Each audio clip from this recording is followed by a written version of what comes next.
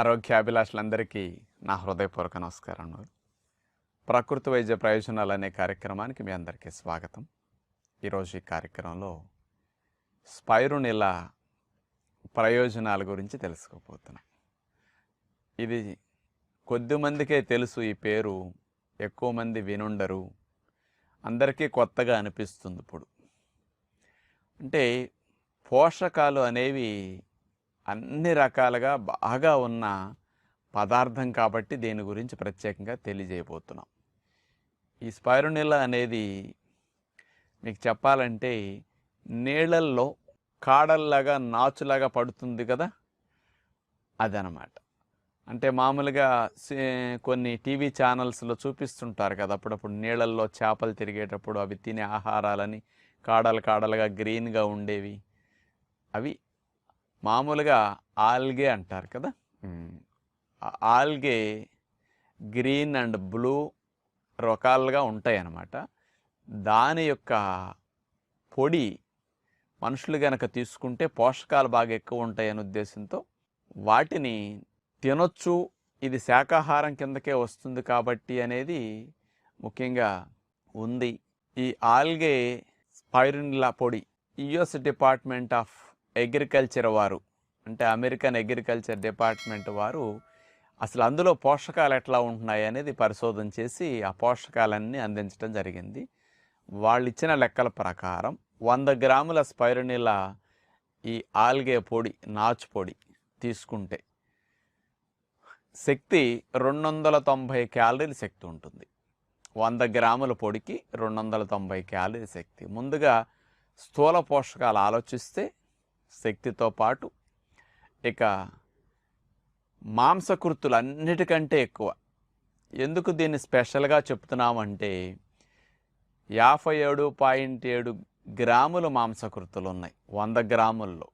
మామూలుగా ఇతర పోషక పదార్థాలు ఎట్లన్నా మనం తీసుకుంటే ఇప్పుడు చేపల్లో 15-18 గ్రాములు మాంసకృతులు ఉంటాయి, మేక మాంసంలో 21 గ్రాములు మాంసకృతులు ఉంటాయి 100 గ్రాములు తీసుకుంటే, కోడి మాంసంలో 25 గ్రాములు మాంసకృతులు, ఈ కందిపప్పు, పెసరపప్పు, మినపప్పు ఇట్లాంటి వాటిలో కూడా 25 గ్రాములు మాంసకృతులు ఉంటాయి. అలాగే మనం చెప్పుకునే పుచ్చగింజల పప్పు కానీ గుమ్మడి గింజలు 34-30 ఇట్లా అన్నమాట. వీటిలో సోయాబీన్స్లో 43%, అన్నిటికంటే ఎక్కువ సోయాబీన్స్ అనుకున్నప్పుడు అన్నిటికంటే ఇంకెక్కువ ఉన్న ఆహార మాంసకృతులు 57.7 గ్రాములు స్పైరునిలాలో ఉంటాయన్నమాట. మామూలుగా చాలామందికి ఈ ప్రోటీన్ అనేది లోపం ఎక్కువగా ఉంటుంది భారతదేశంలో, ముఖ్యంగా సరిగ్గా గ్యాస్ అనో అరగట్లేదనో తినకో ఇలాంటి పోషకాహారాలు లభించకో ఎక్కువ మందికి మాంసకృతుల లోపం. ఆ మాంసకృతుల లోపం ఉండటం వల్ల కాస్త హార్మోన్ల ఉత్పత్తి ఇవన్నీ తగ్గిపోతూ ఉంటాయి అన్నమాట. అలాంటి ప్రోటీన్ ఇంత ఎక్కువ ఉంది. మామూలుగా కొవ్వు పదార్థాలు చూస్తే సుమారుగా మనకి 8 గ్రాములు కొవ్వు పదార్థాలు, పిండి పదార్థాలు 24 గ్రాములు, ఇవి స్థూల పోషకాలు. ఇక సూక్ష్మ పోషకాలన్నీ చాలా సమృద్ధిగా ఉన్నాయి అన్నమాట. అంటే ముఖ్యంగా బి కాంప్లెక్స్ విటమిన్లు ఏమిటి, కాల్షియం ఏంటి, ఐరన్ ఏంటి, ఇతర లవణాలు కానీ ఇవన్నీ తీసుకుంటే చాలా ఎక్కువ ఉంటాయి అన్నమాట. అంటే తక్కువ పదార్థంలో ఎక్కువ సూక్ష్మ పోషకాలు కూడా ఇందులో ఉన్నాయి. ఇక అన్నిటికంటే ముఖ్యంగా చెప్పుకోవాల్సింది సోడియం. మనం న్యాచురోపతి విధానాన్ని ఫాలో అయ్యేటప్పుడు బయట నుంచి అసలు ఉప్పేసుకోవద్దని చెప్తుంటాం. మరి శరీరానికి కావలసిన సోడియం అనేది మనం తినే ఆహారాల ద్వారా మనకు అందితే సరిపోతుంది, శరీరానికి లోపం రాకుండా ఉంటుందని మనం చెప్పుకుంటూ ఉంటాం. సోడియం ఎక్కువ ఉన్న ఆహారాలను మనం మామూలుగా అన్నిటిలో కంటే కూడా ఒక 3-4 ఆహారాల్లో బాగా సోడియం ఉన్న ఎక్కువ ఉన్నాయి, బాగా తీసుకోమని చెప్తుంటాం.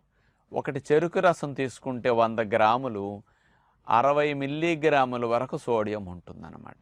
100 గ్రాముల చెరుకు రసంలో 60 మిల్లీగ్రాములు సోడియం. 100 గ్రాములు కర్బూజా పండు తీసుకుంటే 103 మిల్లీగ్రాములు సోడియం ఉంటుంది. 100 గ్రాములు కొబ్బరి నీళ్ళు తీసుకుంటే 105 మిల్లీగ్రాముల సోడియం ఉంటుందన్నమాట సుమారుగా ఇందులో. అలాగే 100 గ్రాముల తోటకూరలో 230 మిల్లీగ్రాముల సోడియం అన్నమాట. ఈ 4 బాగా సోడియం ఎక్కువ ఉండే ఆహారాలు మనం తినే వాటిలో బాగా ఎక్కువ ఉన్నాయని ఈ 4 ఎక్కువ చెప్పుకుంటూ ఉంటాం. అంచేత న్యాచురోపతి ఫాలోవర్ సరిగా ఉప్పు లేక రుచి అనిపించక తక్కువ తిని కాస్త సోడియం తగ్గుతున్నప్పుడు కొబ్బరి నీళ్ళు బాగా తాగండి, కర్బూజా బాగా తీసుకోండి, లేకపోతే ఆకుకూర తోటకూర బాగా తినండి అని నేను ఎక్కువ చెప్తుంటాను. అంచేత ఇవన్నిట్లో ఇంత ఉన్నాయి కదా, 230 బాగా ఎక్కువ ఉన్న తోటకూరలో. మరి స్పైరునిల్లాలు ఎంత ఉంటుందో తెలుసండి? 1000 మిల్లీగ్రాములు. అంటే చాలా ఎక్కువ కదా. వీటన్నిటితో పోలిస్తే 4 రెట్లు ఎక్కువ ఉందన్నమాట, 5 రెట్లు. మరి సూక్ష్మ పోషకాలు, స్థూల పోషకాలు ఇవన్నీ బాగా సమృద్ధిగా ఉన్నాయి కాబట్టి మనకి క్యాలరీస్ ఎక్కువ లేవు. అంటే కొవ్వు పదార్థాలు, పిండి పదార్థాలు తక్కువ కావాలి ఈ రోజుల్లో, అలాగే ఉన్నాయి ఇందులో కూడా. మరి ఇన్ని రకాలుగా స్థూల పోషకాలు, సూక్ష్మ పోషకాలు మంచిగా ఉన్నాయి కాబట్టి దీనిని పొడిగా అమ్ముతారు, నాచు పొడి.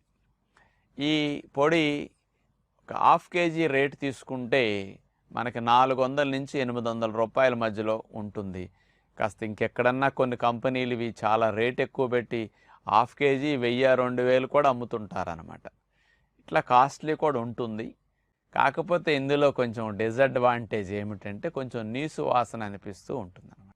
అంటే మరి అది నాచు అనేది శాకాహారం కిందే వస్తుంది, కానీ అది నీళ్ళల్లో ఉండటం, ఇవి తీపి నీళ్ళల్లోనూ ఉప్పు నీళ్ళల్లోనూ 2 రకాలుగా పెరిగే స్పైరునిల్లా ఉంటుందన్నమాట. ఈ స్పైరునిల్లా పొడి అనేది తెప్పించుకుని మనం ఇంట్లో ఉంచుకుని ఒక రోజుకు ఒక 25 గ్రాములో 30 గ్రాములో ఇట్లా కాస్త ఒక స్పూన్ వేస్తే వచ్చేస్తుందండి 25-30 గ్రాములు. కాస్త 1-1.5 స్పూను అట్లా ఎట్లన్నా కాస్త నీళ్ళల్లో కలిపేసుకుని ఎందులన్నా కలుపుకొని కళ్ళు మూసుకు మింగేస్తే అయిపోతుంది. దీనివల్ల వాడితే లాభాలేంటి, ఎట్లా వాడాలి, ఎవరు వాడుకోవాలనేది ఈ క్లారిటీ నేను ఇప్పుడు ఇస్తానన్నమాట మీకు. మామూలుగా మనకి ఈ స్పైరునిల్లా పొడిలో సూక్ష్మ పోషకాలు బాగా ఉండటం వల్ల యాంటీ ఆక్సిడెంట్ లాగా బాగా పనికొస్తుందట. అంటే యాంటీ ఆక్సిడెంట్ అంటే మన శరీరంలో కణజాలం జబ్బులు బారిన పడకుండా రక్షించడానికి ఇది చక్కగా యాంటీ ఆక్సిడెంట్ లాగా మంచి లాభాన్ని ఇస్తుంది. అట్లాగే ప్రేగుల్లో మంచి సూక్ష్మజీవులు పెంచడానికి ఇది బాగా పనికొస్తున్నదని సైంటిస్టులు ప్రత్యేకంగా పరిశోధన చేశారన్నమాట.